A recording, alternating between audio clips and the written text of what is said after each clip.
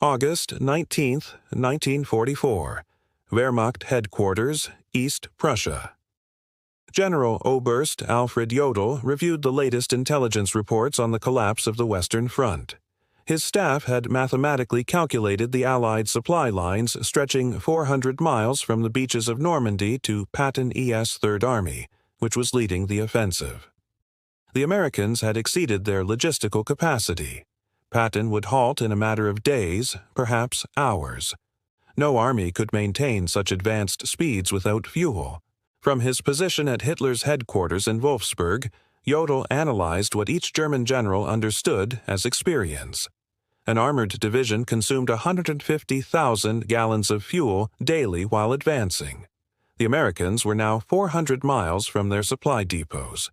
The calculation was inescapable. Patton's Third Army would stop, giving the Wehrmacht time to regroup at Sedan and perhaps hold out until winter. What Jodl did not know was that 5,958 trucks were already moving east in an endless convoy, headlights defying military doctrine, transporting 12,500 tons of supplies every 24 hours. The Red Ball Express, a logistical operation so audacious that German military science had never conceived it possible, was about to destroy all assumptions about mechanized warfare. Within 72 hours, Patton's supposedly immobilized tanks would destroy German positions at Sedan. Within a week, they would liberate Paris. Within a month, they would be at the German border. The Wehrmacht's brightest military minds were about to receive an American logistics lesson that would redefine their understanding of modern warfare delivered by 23. EO-0 truckers, 75% of them African-American who turned a one-way highway system into the most efficient military supply line in history. The German General Staff's confidence in American logistical failure stemmed from decades of military experience and recent observations. The Wehrmacht had pioneered blitzkrieg, revolutionized combined arms warfare, and understood intimately the tyranny of supply lines. Their campaigns repeatedly stalled when logistics could not keep pace with tactical success. In Russia, the Wehrmacht's advance was initially hindered not by Soviet resistance, but by the simple inability to supply forces over vast distances. German trucks broke down on Russian roads. Horse-drawn wagons, still accounting for 80% of German military transport, could not match the speed of panzer spearheads. Differences in railway gauge caused supplies to pile up hundreds of miles from the front. General de Panzer's soldier, Heinrich von Luttwitz, who would command the 47th Panzer Corps from September 1944, wrote in July, "The Americans face the same logistical impossibility we did in Russia. Their mechanical advantage becomes a disadvantage. Machines require fuel, ammunition, and spare parts. They have advanced 400 miles in 30 days. History teaches us what comes next. Paralysis." German intelligence meticulously tracked American consumption rates. A single Sherman tank consumed 0.5 gallons per mile on roads, much worse cross-country. An infantry division required 700 tons of supplies per day. An armored division needed 1,000 tons. Patton commanded 12 divisions advancing over a 60-mile front. The math seemed irrefutable. 12,000 tons daily. Transported 400 miles from the beaches over damaged roads through a transport network systematically destroyed by the Germans during their retreat. Major General Siegfried Westphal, who would become Chief of Staff to Field Marshal von Rundstedt in September, calculated on August 20th that even if the Americans had unlimited trucks, which they did not, perfect roads, which they did not, and no mechanical failures, impossible, they could not sustain Patton's advance for more than 48 hours. The laws of physics cannot be violated, not even by American industry. At Fortiner, on August 25, 1944, in a requisitioned French chateau near Les Haies, Lieutenant Colonel Laurent Ayers of the Motor Transport Service faced a room full of skeptical officers. The calculations presented were stark. Patton's Third Army was consuming supplies faster than any army in history, advancing at speeds that defied all logistical planning. Traditional supply methods, rail transport, scheduled convoys, and depot distribution had collapsed under pressure. "Gentlemen," the quartermaster officers announced, "we are going to create a one-way road from Cherbourg and the beaches to the front. Each vehicle will operate 20 hours out of 24. No stops except to refuel or emergencies. We will move a minimum of 12,500 tons daily." The name comes from railway terminology. A red ball freight was an express shipment given priority over all else. The Red Ball Express would operate on the same principle: absolute priority, no delays, no exceptions. Technical specifications defied German military doctrine: 2 parallel one-way roads, 1 for loaded trucks going forward and 1 for empty trucks returning, 24-hour operations with headlights on, abandoning blackout discipline, a no-stop policy except for fuel or mechanical failure, convoy intervals of 5 minutes maintaining an average speed of 35 meters per, mobile maintenance units every 50 miles, MP checkpoints removing any vehicle moving under 25 kilometers. Colonel Charles O. Thrasher, commander of the ADSE Forward Communications Section, reviewed projected numbers: 140 truck companies, 5,958 vehicles minimum, operating at 90% availability. Impossible by any logistical textbook. Yet within 36 hours, the impossible was operational. On August 26, 1944, drivers of Quartermaster Truck Company 3916 climbed into their 212-ton GMC CCKW trucks, nicknamed the Deuce and a Half, loaded with 105 mm artillery shells bound for Patton's guns at Melun, 300 miles east. The demographic composition of the Red Ball Express would have shocked German racial theorists. Of 23,000 drivers, approximately 75% were African Americans serving in a still segregated army. These men, denied access to white restaurants and facilities in much of the U.S., kept the army of the most famous white generals in motion.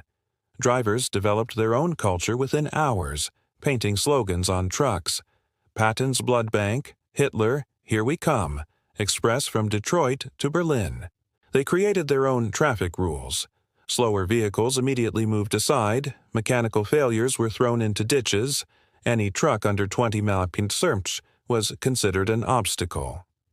On August 28th, German reconnaissance units began reporting something unprecedented. Aufklärung 116 units radioed from positions overlooking the main Red Ball route. Continuous vehicle columns, headlights visible for 20 kilometers, no spacing, no blackout discipline, estimated 1,000 vehicles per hour. Americans had abandoned all military caution. Nighttime headlights invited air attacks. Continuous columns were perfect artillery targets. Lack of space between vehicles meant a single broken truck could stop an entire convoy. Yet the Americans seemed unconcerned. General Lieutenant Edgar Feuinger, commanding the 21st Panzer Division, personally observed the Red Ball Express from concealed positions on August 30th. His report to Army Group B headquarters reflected growing alarm. "The enemy operates a supply system beyond our understanding. Vehicles pass every 30 seconds, day and night, without pause. They do not hide, do not disperse, follow no rules. We understand. It is not military science. It is mass production applied to war." German observers could not understand that American logistics operated on entirely different principles. While German doctrine emphasized concealment, Americans relied on volume. While Germans preserved vehicles, Americans planned for 20% mechanical failures. While Germans followed strict procedure, Americans constantly improvised.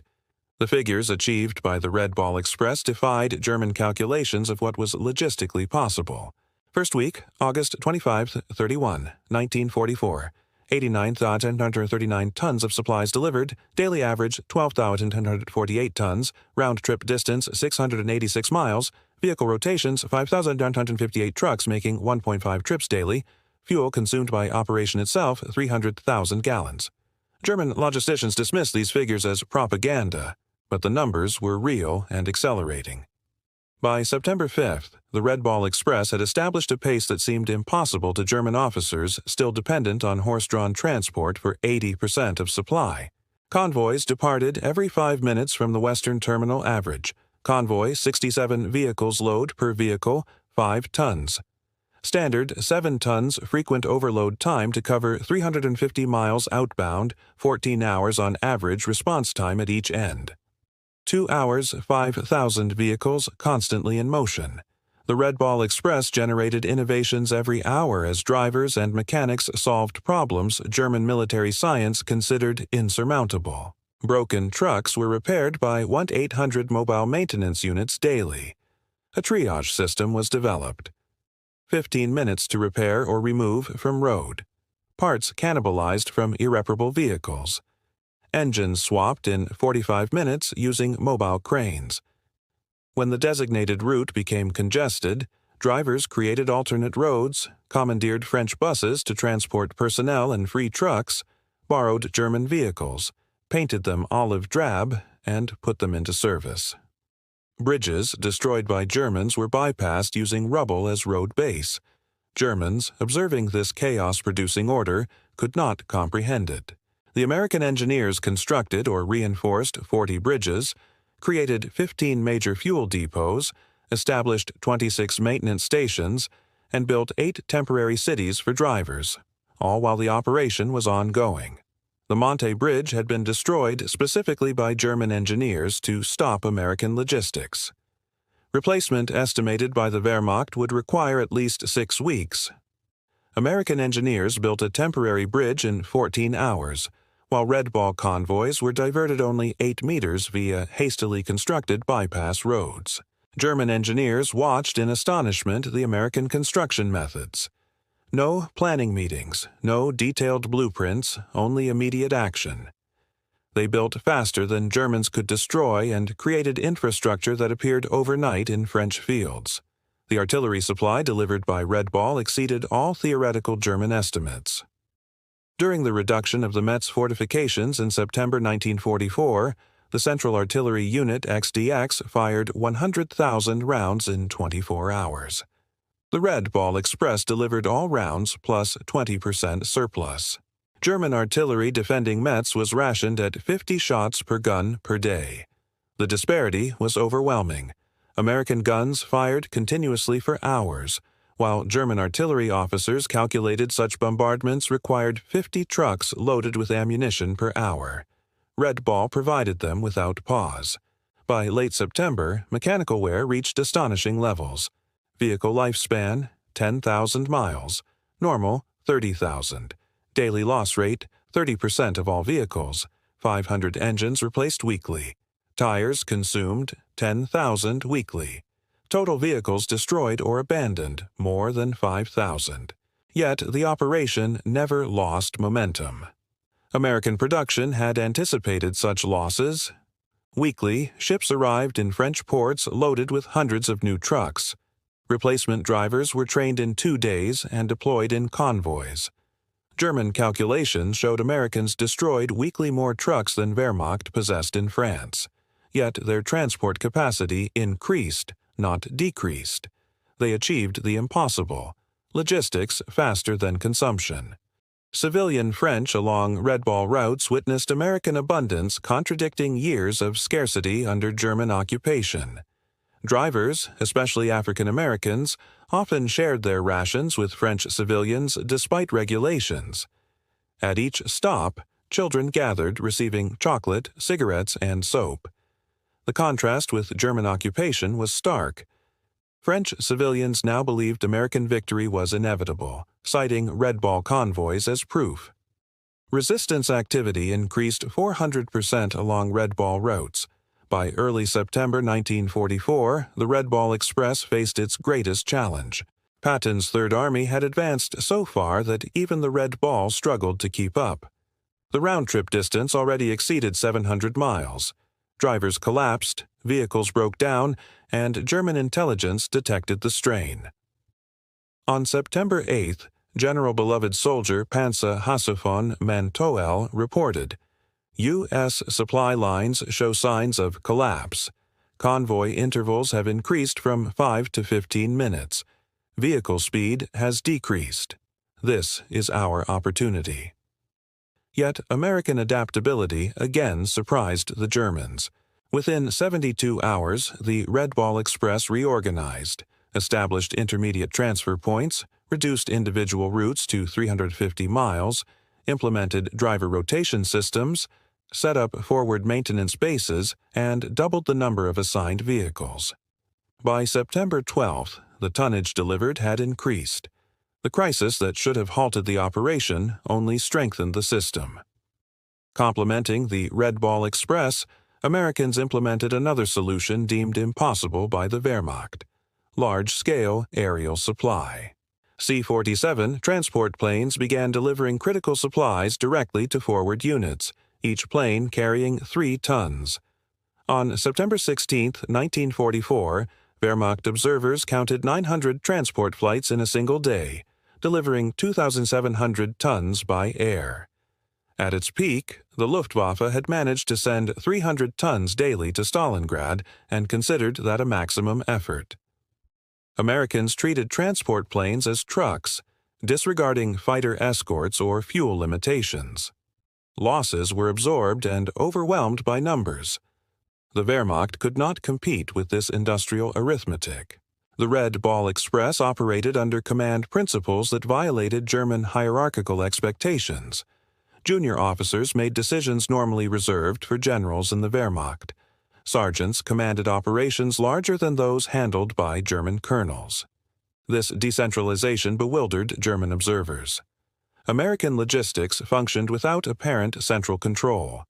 Each lieutenant acted as a general, each sergeant as a colonel.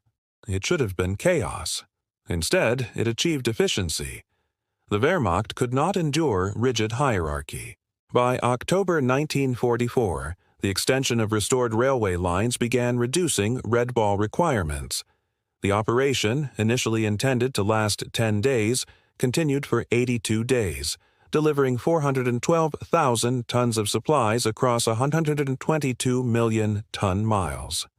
German commanders, now fighting on their own borders, reflected on what they had witnessed. Field Marshal Model wrote in his final report, "We were not defeated mainly by American tanks or planes. We were defeated by American trucks." The Red Ball Express demonstrated that in modern warfare, logistics drives strategy. The transition to rail transport was itself a marvel. American railway engineers had rebuilt 1,000 miles of destroyed French lines while Red Ball operations continued. They constructed new tracks faster than Germans could destroy them, often using captured German equipment. The final Red Ball statistics defied all German calculations of logistical capability.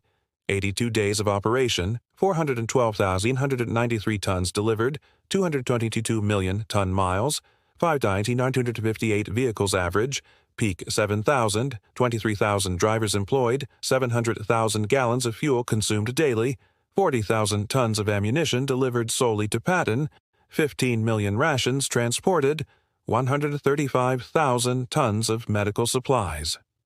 German officers admitted that they had based their logistical estimates on European precedents, multiplying their best assumptions by 3 and assuming that as the American maximum. They were off by a factor of 10. Beyond tonnage and distance, Red Ball achieved something deeper.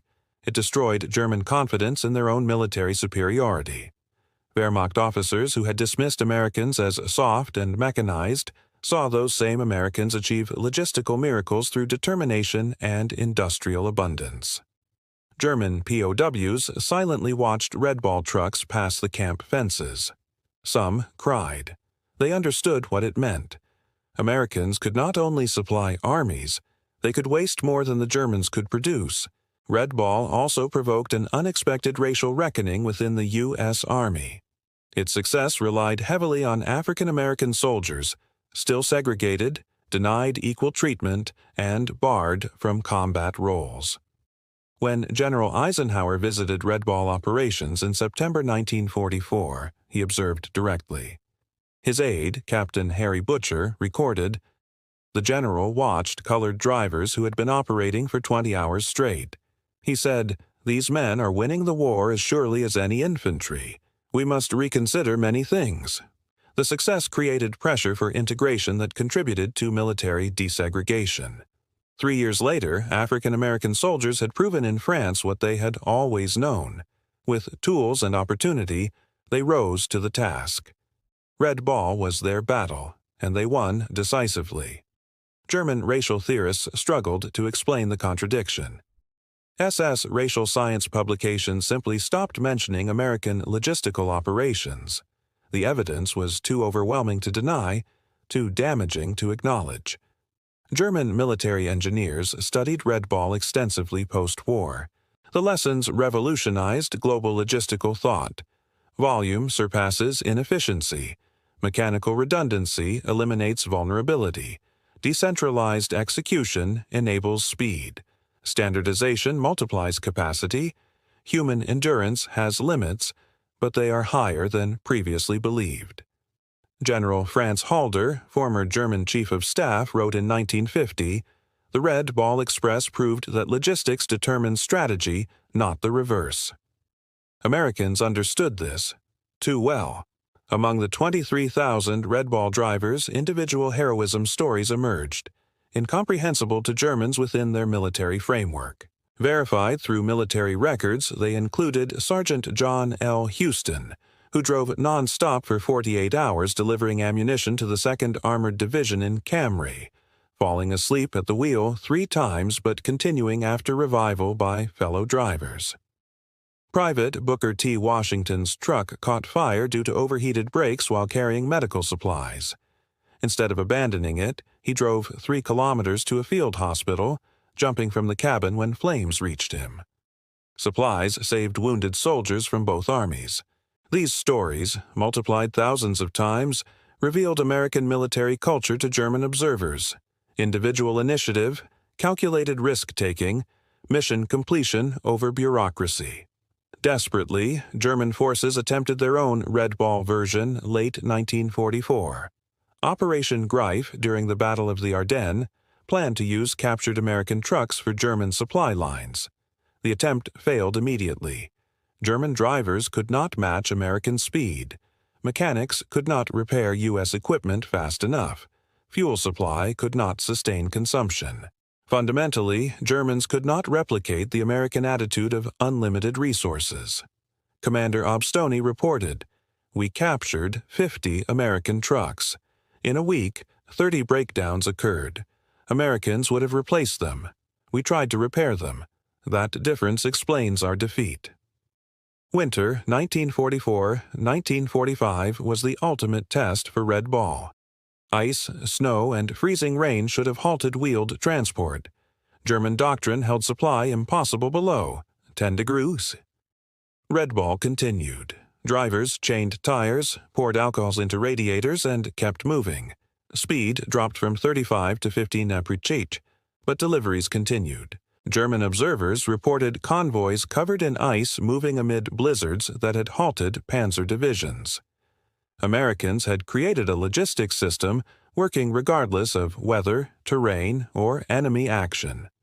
Not elegant or efficient by German standards, but unstoppable. By May 1945, captured German logistics officers were required to study Red Ball for historical records. Their conclusions were unanimous and devastating. Infantry General Friedrich Schulz summarized, "The Red Ball Express represents a war we never imagined. Americans created a temporary civilization. Thousands of men, thousands of vehicles, millions of tons of supplies existing only to feed armies, then dissolved. We built permanent infrastructure for years. They created superior temporary systems in days." General Auer Hegdarian, father of German armored warfare, wrote, "We invented blitzkrieg but never solved its fundamental limit, logistics. Americans solved it with industrial excess. Red Ball was not a supply line. It was a river of material that drowned our forces. Red Ball cost the U.S. roughly $100 million in 1944. Trucks destroyed, fuel consumed, roads damaged, French claims for compensation. German staff, used to scarcity, found the figure incomprehensible. Americans considered it cheap. The operation allowed the capture of 400,000 German soldiers, liberation of France, Belgium, and Luxembourg, and shortened the war by approximately 6 months. Each day of the conflict cost the U.S. $250 million. Red Ball paid for itself in a single day of shortened conflict. Lieutenant General John C. H. Lee, head of European theater logistics, declared, "We destroyed 5,000 trucks and 23,000 men to destroy the German army in France. In any previous war, such losses would have been catastrophic. In American industrial war, overhead is acceptable." Red Ball veterans later brought their experience to civilian logistics, founding companies such as Yellow Freight, Roadway, and Consolidated Freightways. They applied lessons learned. Volume surpasses efficiency. Speed surpasses perfection. Trucks run 24 hours and the world can be moved. Military historians universally recognize Red Ball as the decisive logistical operation in the European theater. Without it, Patton's advance halts, Paris falls weeks later, and German forces establish winter defenses. The operation validated U.S. military doctrine that prioritized logistics over tactics. While Germans studied Clausewitz and battlefield maneuver, Americans studied Detroit assembly lines and railroad timetables. Red Ball demonstrated that in modern war, the ability to supply forces determines victory more than tactical brilliance. Field Marshal Gerd von Reunet, Supreme German commander in the West, received exhaustive Red Ball intelligence on March 15, 1944. After hours of study, he convened his staff. "Gentlemen, we face something beyond military solution. Americans have created a supply system rendering distance irrelevant. Our strategy assumed they would peak when advancing forces outpaced supplies. That point does not exist. They have revolutionized war. We are fighting the last war." His operations officer, Obus Hans Bidel, suggested intercepting Red Ball routes with remaining Luftwaffe. Von Reunet responded, "With what? They have 6,000 trucks. Destroy 1,000. Impossible. We would need 200 trucks destroyed per day just to match production. We do not have 200 planes in total." Behind statistics were human stories revealing American character to German observers. Drivers refusing rest to ensure deliveries, mechanics working in freezing rain, adolescents lying about age to drive trucks. These multiplied stories created a mythology demoralizing German forces. Americans were not soft. They exerted more than Germans did with horses, but voluntarily, not from fear. This made them more dangerous than German doctrine had understood. Red Ball became involuntary propaganda more powerful than any planned operation. Germans could hear convoys at night, a continuous flow of engines never stopping. The sound itself became psychological warfare. Units reported phantom convoys demoralizing troops as effectively as real logistics. U.S. psychological units transmitted truck engine sounds when no convoys ran. German units reported them as real, proving the psychological impact of Red Ball. By November 1944, with rail lines partially restored, Red Ball was officially discontinued. Yet its methods revolutionized military logistics. Continuous supply, large volume, wasteful yet effective, became U.S. military doctrine. Its final innovation, rapid dissolution. The massive operation, 23,000 men, 6,000 vehicles, hundreds of facilities, disappeared within 72 hours. Troops reassigned, vehicles redistributed, roads returned to civilian use. Germans needed months to create small operations, years to dissolve them. Americans built what they needed, used it, discarded it, and built better. When German generals surrendered in May 1945, many cited Red Ball specifically as proof of the futility of continued resistance. General der Panzer Hasse von Manteuffel stated in interrogation, "When we understood their logistical capacity, we knew the war was lost. They could supply armies faster than we could destroy them. Red Ball was a weapon against which we had no defense." Marshal Albert Kessler, one of Germany's most competent commanders, was asked what most surprised him about U.S. forces. He replied, "Not their tanks, nor their planes, but their trucks." Red Ball showed that they had militarized the production capacity of an entire society. We fought their factories, not just soldiers. Final Red Ball statistics testify to U.S. industrial warfare. Total cargo delivered, 412,193 tons. Total distance traveled, 122 million ton-miles. Vehicles employed, 5,958. Daily average, 7,000 at peak. Drivers, 23,000. Days of operation, 82. Fuel consumed, 57 million gallons. Tires worn, 180,000. Vehicles destroyed, over 5,000. Cost, 100 million. German divisions defeated by supply advantage, 47. War days shortened, 180. These figures represent the moment when war changed forever. Industrial capacity outweighed tactical brilliance. On the 50th anniversary of D-Day in 1994, the U.S. Postal Service issued a commemorative stamp honoring Red Ball at the National Postal Museum. Veterans expressed pride in an operation demonstrating that American industrial power and individual determination could overcome any obstacle. They drove despite exhaustion, mechanical failure, and weather that stopped armor. They were mostly African American, segregated, discriminated against, denied recognition during the war, yet they achieved victory at 35 meeting. Red Ball demonstrated that in modern warfare, logistics is the primary effort. Democracy, industrialized, could mobilize resources at a scale totalitarian efficiency could not match. German generals who mocked U.S. logistics were silenced by 6,000 trucks delivering 12,500 tons daily over 700 miles of liberated France. They assumed Americans would follow European precedent, conserve resources, advance cautiously. Instead, Americans created a logistical tsunami that overwhelmed German forces with Allied abundance. The Operation S success was not due to military genius, but American characteristics Germans never understood: industrial excess, mechanical skill, improvisation, and, most importantly, individual initiative taking decisions that in the Wehrmacht would require a marshal's approval. General George S. Patton, whose Third Army benefited most, wrote the ultimate tribute. Red Ball truckers deserve as much credit for Germany's defeat as any combat unit. They drove, despite exhaustion, despite mechanical failures, despite weather that halted armor. Without them, the Third Army does not move. Without movement, we do not win. They were mostly black soldiers, segregated, discriminated against, denied recognition. Yet they won the war as surely as any rifleman. History must record this truth. Red Ball Express, 23,000 drivers, mostly African American, 6,000 trucks, one-way highway to victory.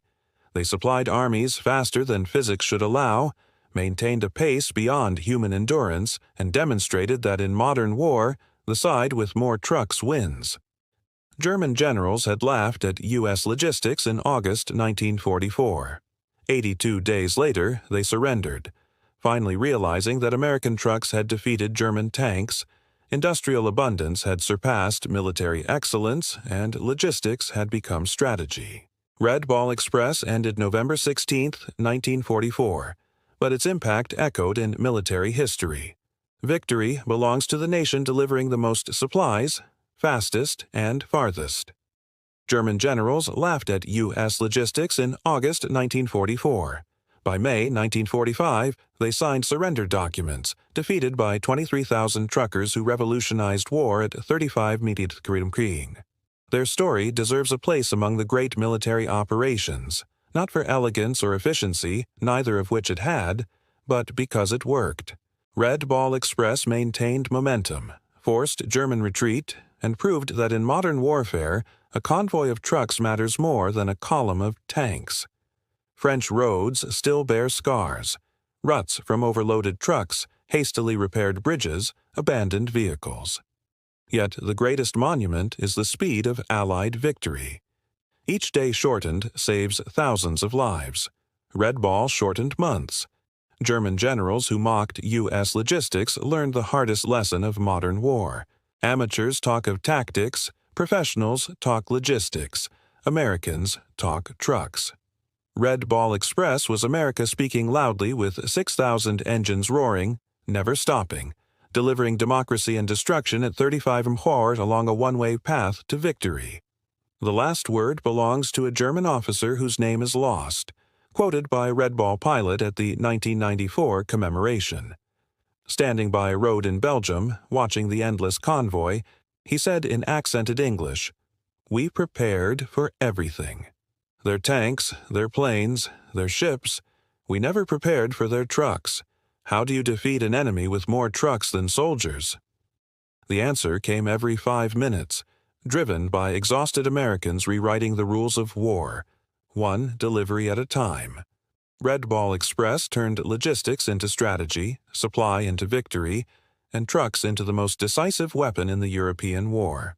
German generals stopped laughing when they understood this truth. Patton was already at their doorstep, supplied by the largest logistical operation in military history.